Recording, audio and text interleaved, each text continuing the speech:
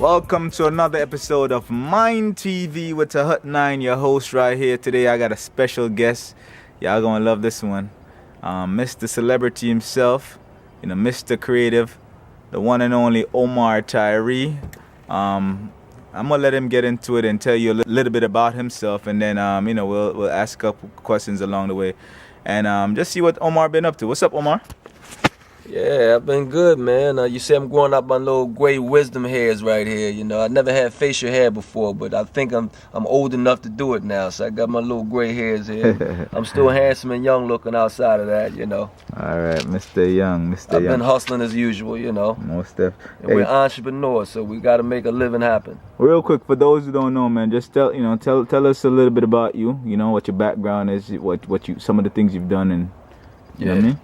I'm a writer out of Philadelphia, Pennsylvania. Went to college to play football and run track, and ended up becoming this writer because I always had something to say about everything going on with black people and our culture.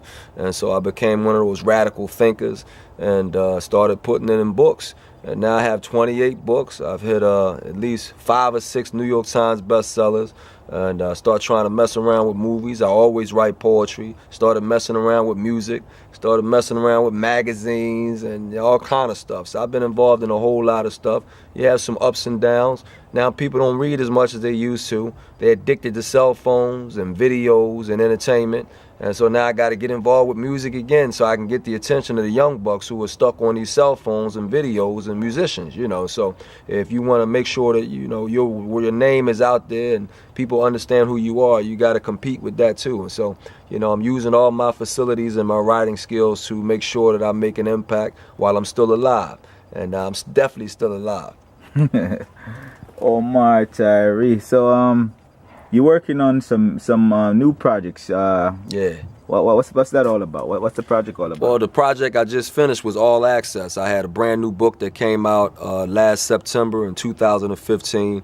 All Access is about how much people are willing to give up for these cameras. This thing right here in front of me. How much are you willing to give up of your private and personal life to be on camera, to be more popular, to increase your social media numbers and all of that? And so now you have a lot of people doing reality shows and doing a whole lot of things they wouldn't typically do and opening up their lives, which they wouldn't typically be able to open up their lives to. And so now people are running around trying to, become celebrities in that way with reality shows. And so I said, what if a situation occurred where you could not control what people thought of you and what people were able to manipulate with the information that, they came up about you? And so I wrote a story about Atlanta and a young woman in the media who gets caught up in this whole,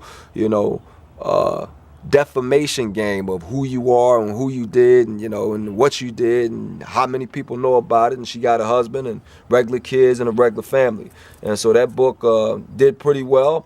But I found out that in this era where we got cell phones and so much information that moves fast, books are not as hot as they used to be.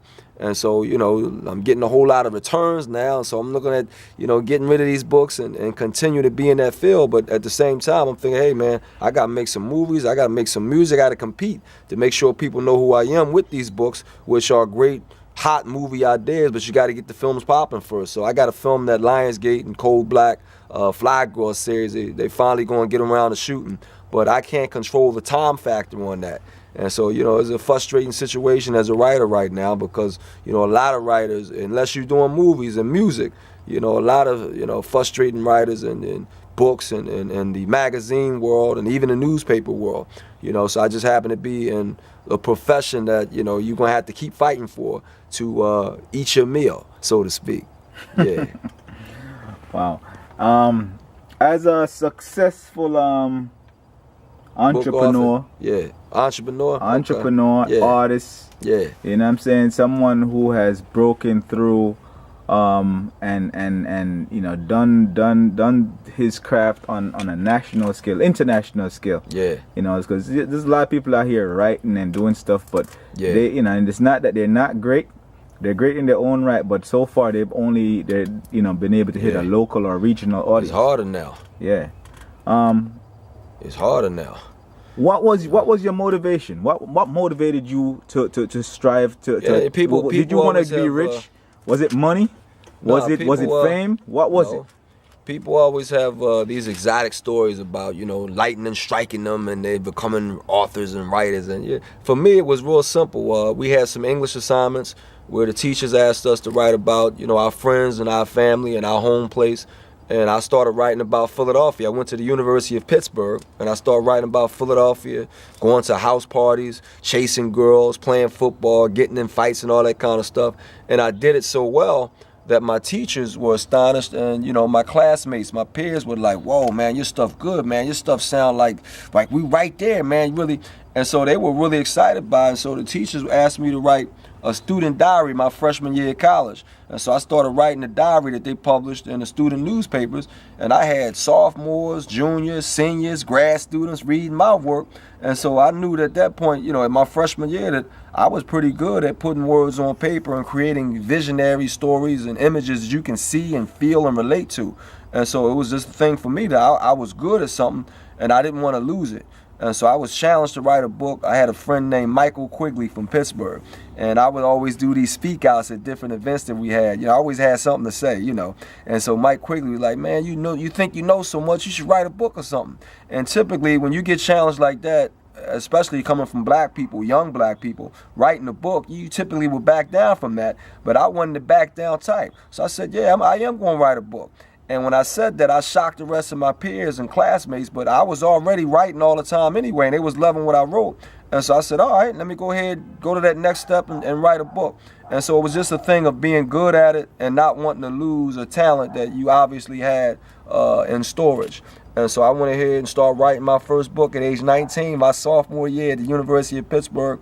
And I finished 2 books, Colored on White Campus, which is now called College Boy, and Fly Girl, which became a legendary urban classic. I wrote that book between 19 and 20, okay, all the way back in 1989.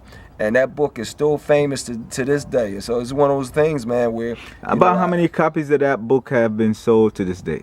I think about 850,000, but now when you start counting ebooks, it's over 1 million now because the ebook sales are taking it over. But a lot of those books that I was selling initially, a lot of them were being passed around because people couldn't get them, and the price tag was, you know, still like $13, $14. And so, you know, you had a lot of people that were passing the books around, so they've been read by, you know, good 3, 4, 5 million. You know. But so as on a collective level, you have 28 books. How many books have you sold collectively? Collectively, it'd be over 3 million now. I got to update my website. So I got 2.5, but yeah, I keep forgetting about the ebook sales. And so if I add in the ebook sales, I definitely would be over 3 million, you know, books sold now. Oh, that's awesome, man. So what you say right now you're going into music and to films? Well, music is writing. You know, I write all the lyrics. I don't do no freestyle stuff. I write the stuff down and you know, say it and memorize it. And I'm always writing. I wrote about 3 songs this morning. You know, so songs are easy to write, quicker. You know, and I keep doing it. You know, so have you ever thought about teaching, like doing seminars and? I have. And, I know you do speaking engagements. Tell us about that. Like, if someone wanted to book you to come to their college or you know their facility to come and speak, you know, what's that process like? Well, you hit me up on my website at OMARTYREE.com. That's OMARTYREE.com. And make sure you have a budget for me, you know. And if I need to travel, make sure you have a travel budget and put me in a hotel, and we'll make it happen. And I'm a great speaker. I've been speaking for years. And so that's as easy as it comes, you know what I mean? Contact me and have your budget ready, and let's rock and roll with it. You also do consultations. Tell us about that.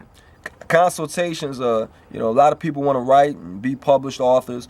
And so since I've been in the trade now since 1992, that's 24 years. I know everything about the writing and the publishing game.